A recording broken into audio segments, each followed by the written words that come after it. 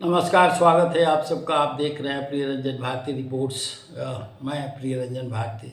इस रूप में देख करके चकित नहीं होने की आवश्यकता है।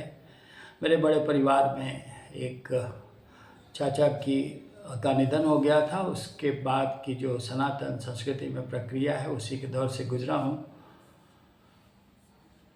लेकिन बात चुनाव की करूँगा। बिहार चुनाव की बातें अभी आप ज़्यादा सटीक जानकारी के तौर पे जानना भी पसंद करेंगे और सुनना भी। लिहाजा प्रशांत किशोर की चर्चा होना स्वाभाविक है। और प्रशांत किशोर पहली बार बिहार चुनाव में दमखम के साथ उतरे हैं, लेकिन इनकी पार्टी कुछ नए फंडे अपना रही है।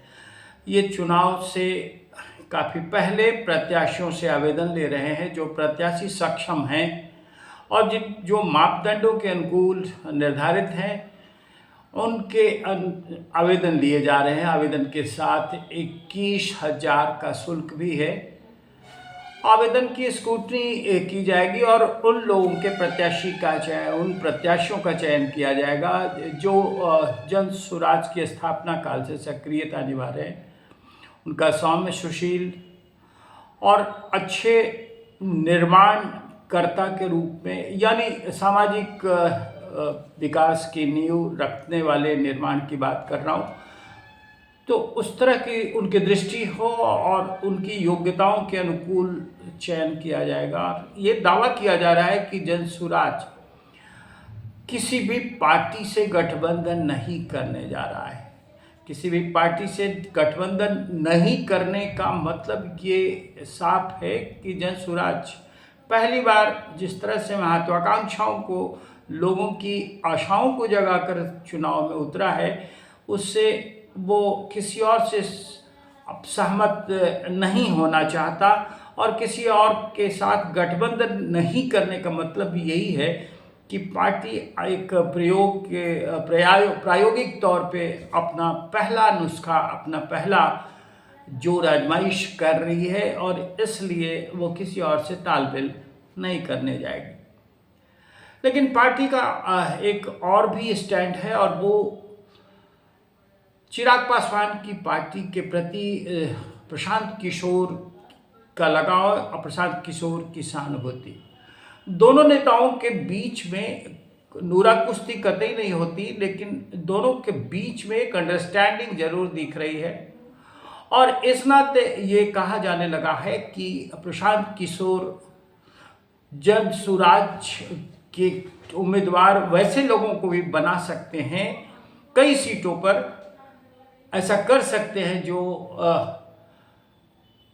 चिराग पासवान की लोक जनशक्ति पार्टी आर के उम्मीदवार होने चाहिए थे, लेकिन तालमेल में वो उनकी सीट नहीं, यानी लोजपा आर की सीट नहीं मुकर्रर हो पाई। ऐसे में जनसुराज का दरवाज़ा वैसे लोगों के लिए खुला रहेगा जिन्हें चिराग पासवान ने आश्वस्त कर रखा है कि उन्हें उम्मीदवार बनाएंगे। तो ऐसी सीटों पर जनसुराज का उम्मीदवार चिराग पासवान की पार्टी का हो सकता है। संभावना मैं इसलिए बता रहा हूँ कि इस तरह की आशाएं और इस तरह की बातें निकल के सामने आ रही हैं। चिराग पासवान से बिल्कुल अच्छे अंडरस्टैंडिंग के साथ जनसुराज के नेता प्रशांत किशोर की बात हो रही है। चिराग पासवान बेशक चुनाव लड़ने का मन बना चुके हैं, लेकिन प्रशांत किशोर पहले ही ये बात डंके की चोट पर कह रहे हैं कि वो चुनाव नहीं लड़ेंगे और उसका कारण वो ये बता रहे हैं कि मैं जनसुराज के उम्मीदवारों के चुनाव प्रचार में नहीं लड़ पाऊंगा उतनी तन्मयता से, क्योंकि मैं चुनाव लड़ूंगा तो खुद अपनी सीट पर सिमट पर रह जाऊंगा, इसलिए मैं इस बार चुनाव नहीं लड़ने जा रहा हूँ। तो निश्चित रूप से वो चुनाव नहीं लड़ने के कारण अगर सत्ता में आने जैसा सपना दिखा रहे हैं लोगों को, बिहार के लोगों को, उस तरह से अगर सत्ता में आने की बात होती है तो फिर जनसुराज का मुख्यमंत्री कोई और हो सकता है। वैसी स्थिति आने पर प्रशांत किशोर शायद पार्टी की कमान, मतलब वो मुख्यमंत्री बनने के लिए कतार में होंगे। लेकिन ये और बात है कि जनसुराज आखिर कहाँ तक पहुँचता है और जनसुराज की स्थिति किस दशा में पहुंचती है, क्योंकि जनसुराज के बारे में तरह तरह के कयास भी लगाए जा रहे हैं। जनसुराज के बारे में ये कहा जा रहा है कि ये आरजेडी को का साथ दे रहा है और भाजपा गठबंधन को यानी एनडीए को नुकसान पहुंचाएगा। सच मानिए तो अगर ट्रैक रिकॉर्ड देखा जाए, पुराना ट्रैक रिकॉर्ड, तो उसके मुताबिक विधानसभा के उपचुनाव में जिन 4 सीटों पर उपचुनाव हुए थे, उन सीटों पर प्रशांत किशोर की पार्टी जीत तो नहीं पाई थी, समीकरण जरूर बिगाड़ दिया था। और समीकरण जो भी बिगाड़े थे वो आरजेडी यानी महागठबंधन के प्रत्याशियों के बिगाड़े थे, और महागठबंधन कोई भी सीट जीत पाने में सफल नहीं हो पाया था। यहाँ तक कि जहानाबाद के सांसद सुरेंद्र यादव तक भी इस बार मुगालते में रह गए और अपने बेलागंज सीट नहीं निकाल पाए थे। अब इस मर्तबा क्या होगा ये जनसुराज तय करेगा कि शायद वो क्षेत्रवार कैसे उम्मीदवार उतारता है, और हर सीट पर जब उम्मीदवार उतारेगा तो ये भी तय करना होगा उसे कि कौन सी सीट पर किसे वो नुकसान पहुंचा पाता है और किसे उसे हराने की ठनी हुई है, किसे वो हराना चाहेगा। कम से कम 40 उम्मीदवार मुस्लिम प्रत्याशी होंगे, मुसलमान समाज के होंगे, और महिलाओं को लगभग ये 97 उम्मीदवार बनाएंगे। महिलाओं को के लिए आरक्षित सीटों के अलावा भी कई सीटों पर महिलाओं को उम्मीदवार बनाएंगे, और इसके अलावा लगभग 50 से 60 सीटें ये दे सकते हैं ओबीसी से, जो अति पिछड़ा जातियाँ हैं ईबीसी, उनके लिए, ओबीसी के लिए वो अलग से चिन्हित कर रहे हैं। लेकिन ये जातीय फ्रेम में बांधकर सीटें नहीं तय की जाएंगी।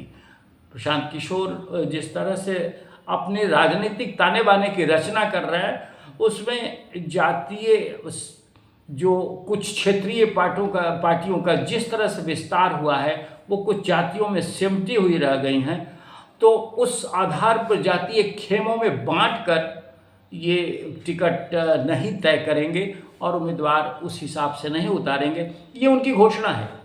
लेकिन जिन सीटों में जिन जातियों की बहुलता होगी वहाँ उसी आधार पर चयन भी होगा। और प्रशांत किशोर का दावा ये भी है कि वो इस बार पहले प्रयोग में ही सारे बंधन को तोड़ देंगे और सबसे पहले अपने उम्मीदवारों की घोषणा करेंगे। प्रत्याशियों की सूची 15 अगस्त के पहले ही घोषित की जानी थी, लेकिन इसमें विलंब हो रहा है, और इस विलंब के कारण पार्टी की अपनी अंडरस्टैंडिंग जो चिराग पासवान के साथ, या यूँ कहें ट्यूनिंग जो बैठ रही है, एनडीए में चिराग पासवान के रहते भर में एनडीए से आवंटित सीटों के अलावा जिन सीटों पर वो लड़ना चाहते हैं, यानी लोक जनशक्ति पार्टी रामविलास पासवान जिन सीटों पर अपने उम्मीदवार को वचन दे चुकी है कि वहाँ से वो खड़ा करेंगे ही,